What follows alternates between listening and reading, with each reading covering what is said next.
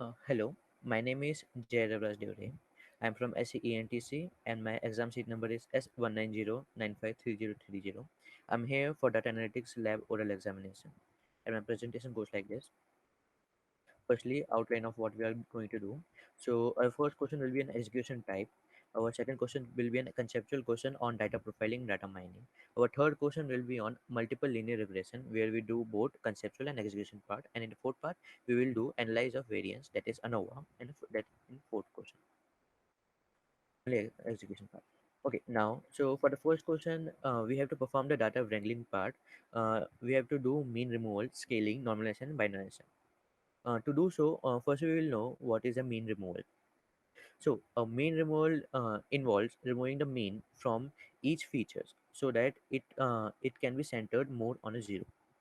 Can be centered on zero. These features eliminates the deviation between each order, so they are more comparable.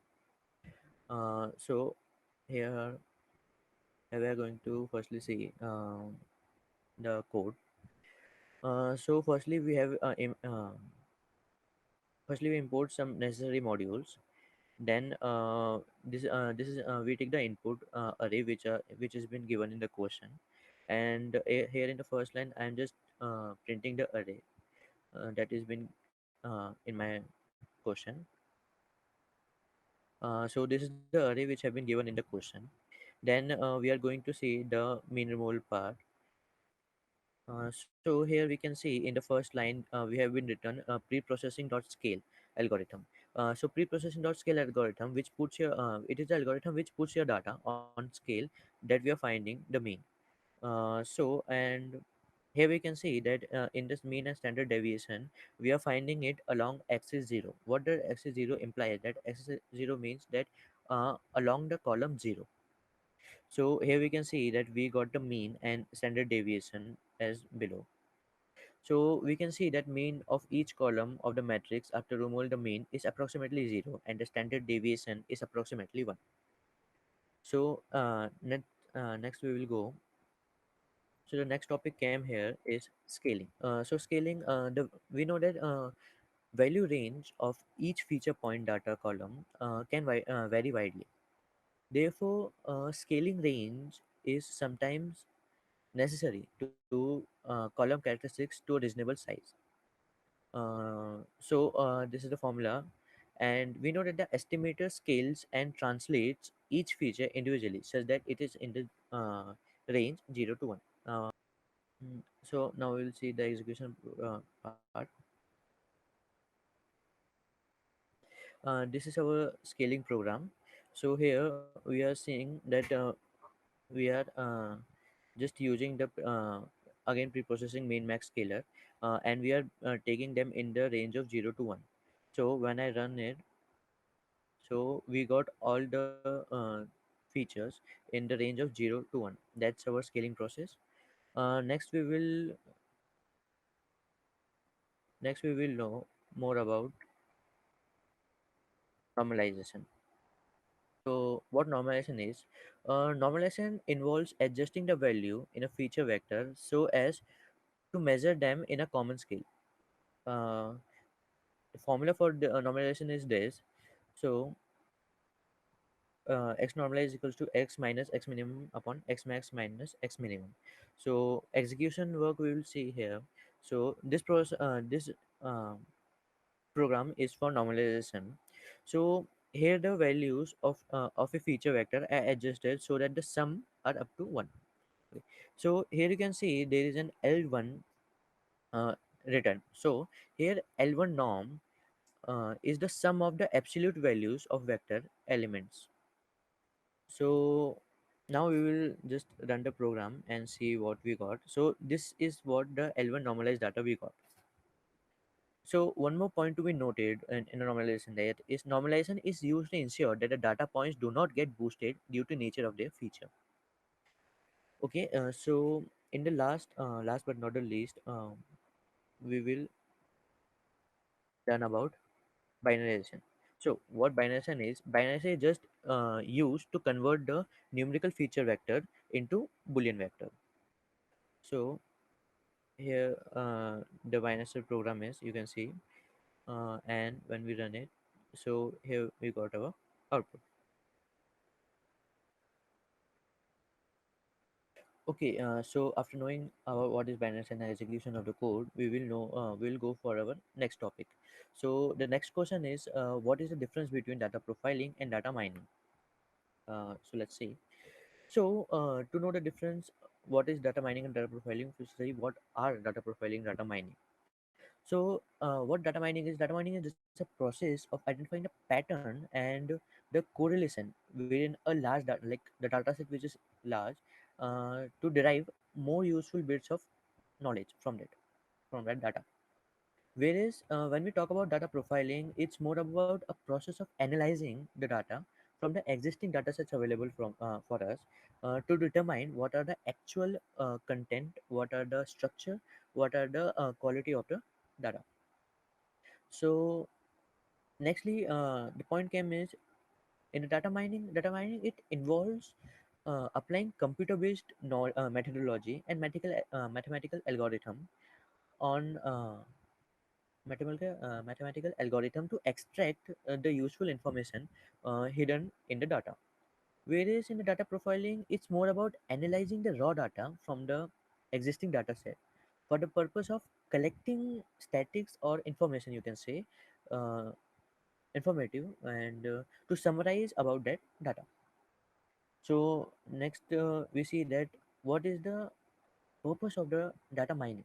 So the purpose of the data mining is to mine the data for the order to solve the problem, mine the data to order to solve the problem through data analysis. And when we talk about data profiling, it's the main goal of data profiling would be to create a knowledge base of uh, accurate information uh, accurate information about the data, which helps to recognize the use and quality of metadata. Nextly, we will see what are the tasks that we do in a data mining. So the tasks we do in a data mining are classification, firstly we classified, and regression, then clusterization, then summarization, estimation, and description. Whereas in the data profiling, it employs a set of activities that includes discovery and analytical techniques to collect the statics or informative summarize about the data. And yeah, so nextly we will see what's our third question. So next question is, explain multiple line linear regression with an example. So the first thing came is, what is a multiple linear regression? So the linear regression is used to estimate the relationship between two or more independent variable with one dependent variable. You will thinking that uh, when you can use it, why you have to use it, and where it have been used. Okay. So for an example, uh, where you can use the multiple linear example, multiple linear regression is sort of, for example, where you want to know, when you want to know that how strong the relationship is between the two or more independent variable and one dependent variable. Let's take an example. If you are growing a crop, so you know how rainfall and how the temperature, how the amount of fertilizer will affect the crop. That's an example. So it is second thing is, when you want to know that when the value of the dependent variable at a certain point, at a certain value of an independent variable. What do you mean by that? Let's take the example of crop. So the expected yield of a crop at a certain amount of rainfall, a certain amount of temperature, or a fertilizer added. That's what we know about multiple regression. So you're thinking that I have told that what is this dependent variable, independent variable. What are they? So the variable that we want to predict is known as dependent variable, and while the variable which we use to predict the value of a dependent variable are known as independent variable. So nextly, we will see what are the assumption that we made for a multiple linear regression. Yeah, there are few assumptions. So the first is linear relationship between the dependent and independent variable. What the first assumption is? The first assumption of multiple linear regression is that there is a linear relationship between a dependent variable and each independent variable. like we see in the case of crop and temperature, or you can say, or fertilizer, you can say. So the best way to check the linear relationship is to create a scatter plot graph, as we know that. Okay. Uh, so next, we go for the second assumption. That is, the independent variable are not highly correlated with each other. So what do you mean by this? Is that the data should not show multipolarity. What we know what multipolarity is? Uh, which like multipolarity, like why we have why we don't need multipolarity? That which occur when so the second assumption is the dependent variable are not highly correlated with each other. What does it mean? That the data should not show multipolarity, which occurs when an independent variable are highly correlated to one another. What does it mean? That when an independent variable show multipolarity, there will be a problem. What the problem will be? The problem is figuring out the specific variable that contributes to a variance in the dependent variable, as we said earlier. Example. So the third assumption we made is the variance of an residual is constant. In a multiple linear regression, assume that the amount of error in a residual is similar to each point in the linear model. This scenario is often called as homogeneity. When analyzing the data, the analyst should plot the standardized residual against the predicted values to determine if the points are distributed fairly across the values of independent variable. Next, our assumption will be the independence of observation. What does it mean by that? The model assumes that the observation should be independent of one another. Simply put, the model assumes that the value of residual are independent. So we can see there is a multiple area regression formula. What is so is uh, y. What y so is that the predicted value of dependent variable, and beta o is the y-intercept, or we can say the value of y where all the parameters are set to 0. Next is beta 1 beta 1 xi1. So this is the regression coefficient beta 1, and for the first independent variable x1, that increasing the value of independent variable has one predictable y value. Now we can see that similarly there are n number of terms. So like here we can see bpxip, that is like b and x, and we can say the regression coefficient of the last independent variable. Then there is an e type symbol, that is it signifies is model error. What do you mean by model error? Is how much variation there is in our estimate of y. Nextly, we will see the execution part in a multiple regression. So we can go in Jupyter Lab. So here is our um, code for multiple regression. So here we have seen that firstly by importing the Panda modules, so that Panda module so that we can read the CSV file and return the data frame object. Now the file which have been which have I have taken here for test purpose is cars.csv.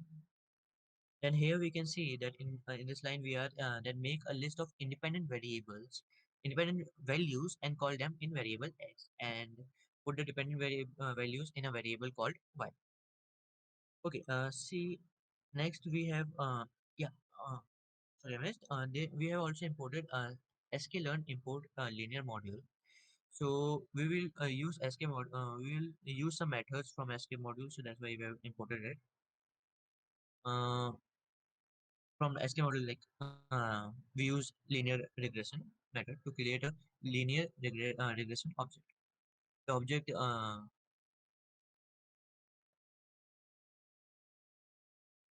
okay, now we have regression object uh, that are yeah, we are in this one. Okay. So now we have a regression object that are ready to predict CO2 value based on car's weight and volume. So let's run the code, and what we got is 107.20 8732. Okay, so what we got is we have predicted the car with 1.3-liter engine and weight 2300 kgs will release approximately 107 gram of CO2 for every kilometer it drives. So that's an implementation of that's how we implement multiple linear regression. So next we will learn more about. So the next thing is we have to explain the topic of your choice with from the DSL syllabus. So what I have chosen is analysis of variance, which is popularly known as ANOVA. So first we will know what is an ANOVA. So an ANOVA is a variance. It is extension of T sets. While in T set determines if the two groups mean the mean of two groups are significantly different. In an ANOVA test, it is used to compare means of more than two groups, three or four maybe, whatever. For an example, you can say, think of a situation when we have to test the IQ of students. So we check of for the two types we check of public school and a private school. To check the mean of two of them, we use t-test. But when we have to also check for the third school, that is home school, so for that we will use ANOVA. So what ANOVA uses variance based F a test to check the group mean equality, which is sometimes also called omnibus test. Okay, so as you can think, there is also an assumption for ANOVA. So what are the assumptions for ANOVA are the observation are sampled independently of each other, and second observation is the residual, or we can say experimental error are normally distributed. Next we will see that what are the hypotheses in ANOVA. The first is null hypothesis. So what is null hypothesis? The group means are equal. In the null hypothesis, the group means are equal. No variation in mean of a group. We can see the formula. And now the second one is an alternative hypothesis. What an alternative hypothesis is? In alternative hypothesis, at least one group mean is different from other group. Here's another example of formula. So nextly we will see what are the types of ANOVA. So there are mainly two types of ANOVA: one-way ANOVA or two-way ANOVA. So one-way or two-way refers to the number of independent variables or IVs in your analysis of variance test. So one-way has one independent variable, which is two level. For example, brand of cereal. Two-way has two independent variable that it can have multiple levels. So for example, brand of cereal and uh, calories. Okay. So one more thing we have to keep in mind is the value of resulting from an ANOVA is a p-value that tell us like how likely the difference of the group could have happened if by accident, if p-value is less than 0.05. That is, it tells there is a statistically significant difference between the group. Next, next we will see in the execution part. For that we will go in DLab, uh, DA practical. Uh, Here we are. So for an example, what we are doing is here we are assuming there are four treatments A, B, C, D, which are groups of ANOVA analysis. Treatment are independent variable and termed as factor. As there are four types of treatment factor have four levels. For this experimental design, there is an only factor. There is an only factor treatments or independent variable to evaluate, and therefore one way ANOVA method is suitable for the analysis. So firstly, what we are doing is we are importing, importing the Panda. Then here we load the data file, and in the third line, what we are doing is we are reshape the data frame suitable for stats model package. Okay. Now uh, for the fourth line, this we replace the column names here. Okay. So now what we are going to do is we are going to generate a box plot to see the data distribution by treatments. Using box plot, we can easily detect the difference between different treatments.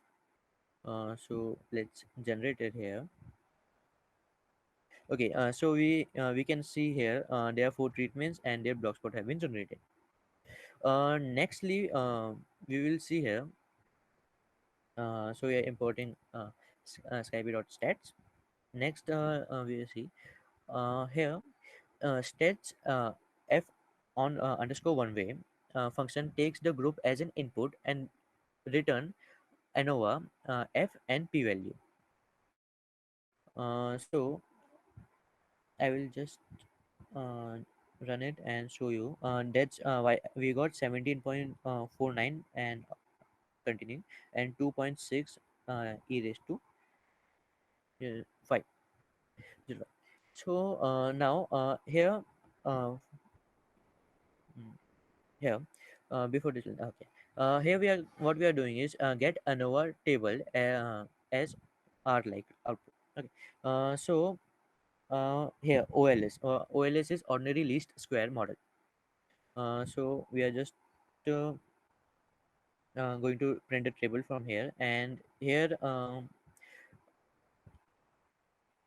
we are using Bonifocket for table. It uses wrapper script from ANOVA LM.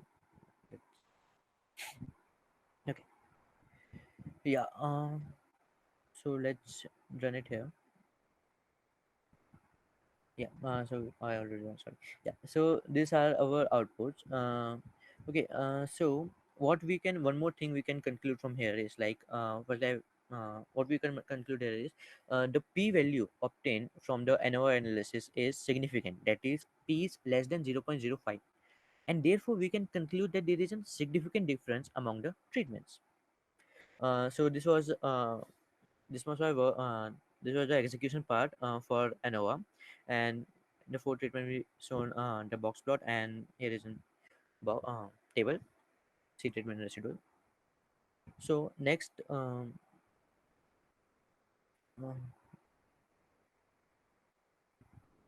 okay. Lastly, thank you, and this is my presentation.